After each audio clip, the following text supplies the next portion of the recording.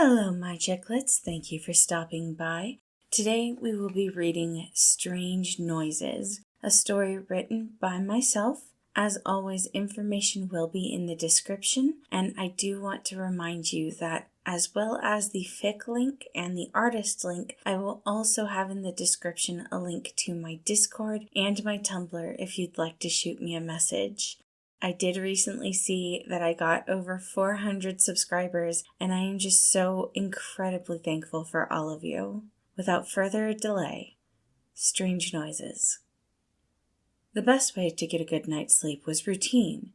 That was why Logan always shut off his phone at 9:30 and got into bed with a course book. He enjoyed learning, and it relaxed his mind in a way novels couldn't. By the time 10 rolled around, he would be relaxed enough to fall asleep until his alarm went off at 6. Tonight, however, he was surprised to wake up to a strange set of noises outside his window at 2 a.m. It didn't sound threatening, but they were out of the ordinary. He was hoping to just ignore it. Hopefully, it would go away soon. By 2:30, his hope was proven false and his frustration grew. "What in the world is that ruckus?" he sighed, heading outside in his pajamas. "I swear, if this is some prank pulled by one of my imbecilic friends..." Logan didn't believe any of his friends were that stupid. Even Roman knew that disturbing Logan's sleep was never a good idea. Searching through the bushes near his bedroom window, Logan could still hear the noise, but found nothing. His frustration grew and grew until he was forced to use his last resort. Hitting the top person in his list of favorite contacts, Logan called his boyfriend. "You've reached the demon hiding under your bed. How can I scare you?"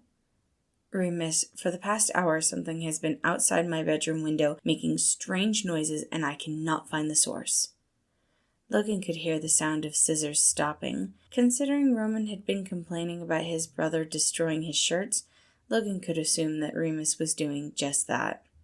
He would have to discuss his boyfriend's awful sleeping habits later, but right now he needed to focus on this irritating noise. "What do you want me to do about it, Dildlo?"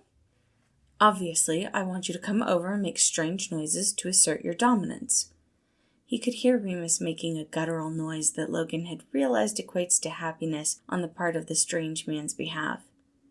"Baby buns, you are speaking my language. I'll be there in 15. I'll need a kazoo and a metal whisk." Remus hung up before Logan could tell him that he didn't own a kazoo, but he knew Remus would make do without it. Heading back inside, he went to find the whisk and smiled a slight smile. His boyfriend was strange and had weird hobbies and interests, but Logan loved that about him, and he knew he could count on Remus anytime he needed something weird with no questions asked. He also found new paths of research for himself due to Remus's constantly changing obsessions. A yawn left his lips as the irritation began to fade. The noise was still there, but Logan knew it would be taken care of, and maybe, when the disturbance ceased, Logan could convince Remus to actually get some rest. It had been far too long since Remus had last stayed the night. Thank you for listening, everyone. I know that this one was a little shorter than our normal story, but I hope you enjoyed it nonetheless. As I said, links are in the description, and I do hope you all have a wonderful day.